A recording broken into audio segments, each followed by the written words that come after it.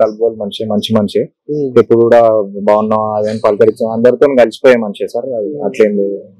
అంటే గతంలో ఇతని మీద కూడా ఒక మర్డర్ కేసు ఉంది అని చెప్తూ ఉన్నారు, అది ఇప్పుడు మీకు తెలిసి ఉంటుంది. అసలు ఏం జరిగింది అనుకుంటున్నారు? అంటే 2022లో ఒక మర్డర్ కేసులో ఇన్వాల్వ్ అయి ఉన్నారని చెప్పేసి ఇప్పుడు మాకు అనుకున్న వార్త, అసలు ఏం జరిగింది అది మనకు తెలియదు సార్. అంటే మనం రెంట్కి వచ్చిర్రు 3 years బ్యాక్ వచ్చారు సార్. 3 years నుండి ఉన్నారు, మనతో అయితే మంచిగానే ఉన్నారు. అది పాత అని తెలియదు. మార్నింగ్ అయితే వాకింగ్ పోయింది సార్, డైలీ ఫ్యామిలీతో మార్నింగ్ ఈవినింగ్ పార్క్ వాకింగ్ పోతారు సార్. పొద్దున వైఫ్ అండ్ డాటర్ మళ్ళీ ఇంటికి రాగానే ఆయన ఒక్కరే ఉన్నాయంట, అక్కడ అటాక్ చేశారని చెప్పారు సార్. మాకు లేవగానే అదే బ్యాడ్ న్యూస్ వచ్చింది. సో ఇక్కడ ఇంటి దగ్గర ఎప్పుడైనా గొడవలు కానివ్వండి, అంటే ఇప్పుడు కుటుంబ సభ్యులతో కానివ్వండి, లేదంటే ఇతరులు ఎవరైనా వచ్చి ఇక్కడ గొడవ చేయడం అట్లా గతంలో ఏమైనా జరిగిందా? లేదు, అట్లాంటిది ఏం లేదు సార్. మంచిగా ఇంట్లో అందరితో కలుపుకోవాలి ఉండేది సార్, మంచిగానే ఉంటుంది. అంటే ఇప్పుడు మార్నింగ్ ఏ సమయానికి అయింది ఇదంతా? 7:20కి అయిందని చెప్తున్నారు సార్. పార్క్ లో అయితే వీళ్ళు 6:30 ప్రాంతంలో వాకింగ్ వెళ్తున్నారు సార్. డైలీ ఫ్యామిలీతో వెళ్తారు సార్. అతను ఏం చేస్తారు? CPI leader sir. అందరూ ఇక్కడ మన జిహెచ్ఎంసీ స్వీపర్లు వాళ్ళందరూ బాగా హెల్ప్ చేసి సార్. అందరు కూడా నమస్తే సార్ అని బాగా పలకరిస్తారు సార్. అట్లాంటి మనుషులు కానీ ఇట్లా అని మనకు తెలియదు సార్. అట్లా సో అంటే అతను అసలు ఎలా ఉండేవారు? అంటే నార్మల్ గా అందరితో ఎలా ఉండేవారు? అసలు అందరితో మంచిగా ఉండేది సార్. అందరు కాలనీలో అందరితో కూడా బాగున్నారా అన్న, బాబాయ్ బాగున్నారా అని అట్లా ఫ్యామిలీలా కలిసిపోయి అందరితో మంచిగా ఉండేటోళ్ళు సార్. ఇట్లా సడన్ గా అయ్యేసరికి మేమే షాక్ లో ఉన్నాము. ఇక్కడ ఎన్ని ఇయర్స్ నుంచి ఉంటున్నాం? 3 years అయింది సార్. కానీ దానికంటే ముందు ఇక్కడ జనప్రియ అపార్ట్మెంట్ ఉంటుంది, అందులో 4 years ఉన్నారు సార్. పాత మనిషి అందరు గుర్తుపడతారు సార్. అంటే మీకు దాదాపు ఒక 10 సంవత్సరాల నుంచి అయితే పరిచయం ఉంది? అంటే దాదాపు మాకు 3 years నుంచి పరిచయం సార్, కానీ కాలనీలో మాత్రం 10 years నుంచే ఉంటున్నారు సార్. సో ఈ 10 years లో ఏమైనా అంటే ఇంతకు ముందు ఇలా జరగడం కానివ్వండి ఇట్లా ఏమైనా? అండ్ మనకు అంత ఐడియా లేదు సార్. మన ఇంటికి కిరాయి వచ్చినప్పటి నుంచి మాత్రం అసలు అట్లాంటి ఇష్యూ ఏం లేదు సార్. భార్య భర్తలు మంచిగా ఉంటారు, అందరితో కలిసి ఉంటారు. వాళ్ళ ఇంట్లో కనీసం అరుచుకున్నది కూడా ఏం లేదు సార్. నెమ్మదిగా ఉంటారు, కామ్గా ఉంటారు, అల్ల పనాలు చేసుకొని. సో అంటే తన కూతురు ఏం చేస్తుంటుంది అంటే ఎలా ఉంటుంది? మనకు ఐడియా లేదు సార్. వాళ్ళది కొడుకు మాత్రం యూఎస్ లో ఉన్నాడని తెలుసు సార్. అంతే. గతంలో అతను చేసిన ఏమైనా ఇట్లా మీకేమైనా తెలుసా? లేదు సార్. అట్లాంటి ఏమైనా బ్యాడ్ రిమార్క్స్ ఏమైనా ఉంటే మనం కిరాయికి ఇయ్యం కదా సార్. అట్లా మంచిగానే ఉండే సార్. సో అంటే ఇది కూడా ఇప్పుడు ఏదైతే జరిగిందో అంటే ఎవరు చేశారు అనుకుంటున్నారు? ఎవరి మీద అనుమానాలు ఇట్లా మీకేమైనా అనుమానాలు? అట్లా మాకేం తెలియదు సార్. వాళ్ళ ఇంటర్నల్ గా ఏమున్నదో మనం అయితే తొంగియడం కదా సార్ వాళ్ళ ఇంట్లోకి. అయితే పాయింట్ ఏంటంటే ఎవరో వాళ్ళకి పాత కక్షలే ఉన్నాయని చెప్తుంటే విన్నాం సార్, మనం చూసింది కాదు. ఫస్ట్ పార్క్ వాకింగ్ పోయిందంట, ముగ్గురు దిగిందంట, తర్వాత ఒకరు కారం కొట్టిందంట ఫస్ట్, తర్వాత గన్తో పేలడం జరిగిందంట సార్. అక్కడ ఉన్న వాళ్ళందరూ కొంచెం భయపడి ఇక్కడ వాళ్ళు అక్కడ స్కాటర్ చేయడం జరిగింది. వేరే వాళ్ళని కూడా దగ్గర పోతుంటే కూడా గన్ పెట్టి బెదిరించడం అనేది సమాచారం. గన్ పేల్చినప్పుడు కూడా అంటే ఎక్కడ పేల్చారు? నార్మల్ హెడ్ పైన ఎలా జరిగింది అనేది అంటే అక్కడ మీకు తెలిసినంత వరకు? అండ్ నార్మల్ కాల్చిరని తెలిసిన పలానా అట్లా కాల్చిరని తెలియదు సార్. కాల్చిన కాలంగానే ఆయన కింద పడిపోయిందని మనకి ఐడియా.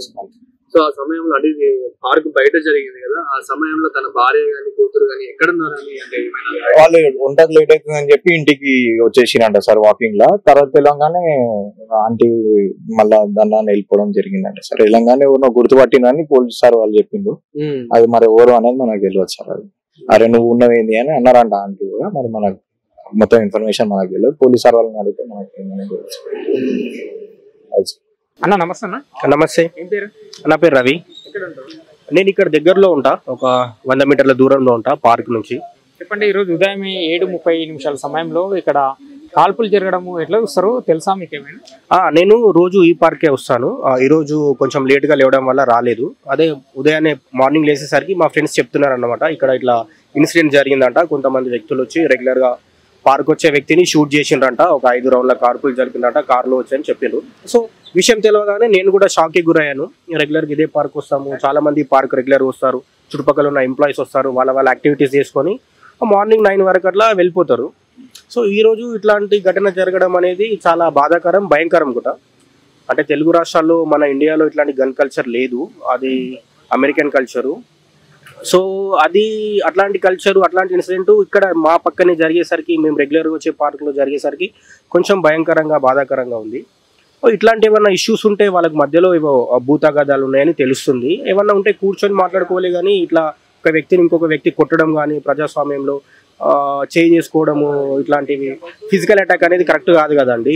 చంపడము ఏదన్నా ఉంటే చట్టాలు ఉన్నాయి, ప్రభుత్వాలు ఉన్నాయి, ప్రజాస్వామ్యం ఉంది, చట్టబద్ధంగా తేల్చుకోవాలి. కానీ ఈ విధంగా ఒక వ్యక్తిని ఇంకో వ్యక్తి చంపడం అనేది చుట్టుపక్కల ఉన్న సమాజాన్ని, ఇక్కడ ఉండే ప్రజలుగా మమ్మల్ని చాలా భయానికి, బాధాకరానికి గురి చేస్తుంది. అంటే మీరు రెగ్యులర్గా ఇదే పార్క్ వస్తున్నామని అంటారు. ఆ చనిపోయిన వ్యక్తిని ఎప్పుడైనా మీరు చూసేప్పుడు?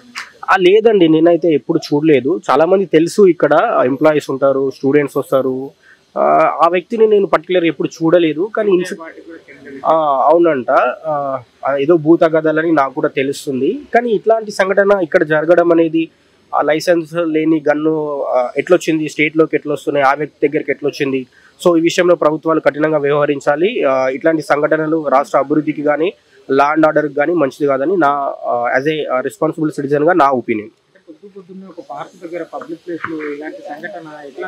అదేనండి, అంత దర్జాగా రావడం, కాల్చడం అనేది ప్రజాస్వామ్యంలో కరెక్ట్ కాదు కదండి. మనకు చట్టాలు ఉన్నాయి, లా ఉంది, మనకి గవర్నమెంట్ ఉంది, సో కోర్టులు ఉన్నాయి, ఏమన్నా ఉంటే అందులో తేల్చుకోవాలి. కానీ ఈ విధంగా ఒక వ్యక్తి ఇంకొక వ్యక్తిని చంపడం అనేది కరెక్ట్ కాదని నా ఒపీనియన్. అదే నేను గవర్నమెంట్ అనేది, ప్రభుత్వాలు అనేది కఠినమైన చర్యలు తీసుకోవాలి. అసలు స్టేట్లోకి గన్స్ అనేటివి ఎట్లొచ్చినాయి, ఎక్కడి నుంచి సప్లై అయినాయి, సో ఆ వ్యక్తి ఎక్కడ పర్చేస్ చేసిండు, సో ఇదంతా సరైన ఎంక్వైరీ చేసి వాళ్ళ మీద కఠినమైన చర్యలు తీసుకోవాలని. ఈ గన్ కల్చర్ అనేది అది ప్రజలకి, వాళ్ళ ప్రభుత్వాలకైనా, ప్రజలకైనా, వాళ్ళ భద్రతకైనా ఎంతో ముప్పు. కాబట్టి దీని మీద కఠినమైన చర్యలు తీసుకోవాలని నా పర్సనల్ చాలా ప్రశాంతంగా ఉంటుందండి. మీకు కూడా కనిపిస్తుంది, పక్కనే మూసినది ఉంది, చాలా ప్రశాంతంగా ఉంటుంది. ఇక్కడ ఇదే పెద్ద పార్కు, చాలా మంది వస్తారు, వాళ్ళ పనులు చేసుకొని వెళ్తారు. కానీ ఇది చాలా రేర్గా జరిగింది. జనాలు చాలా డిసిప్లిన్గా, చాలా మెచ్యూర్గా ఉంటారు ఈ ఏరియాలో, ఎందుకంటే ఎంప్లాయీస్ కాబట్టి. సో ఇట్లాంటి జరగడం అనేది which is very pathetic and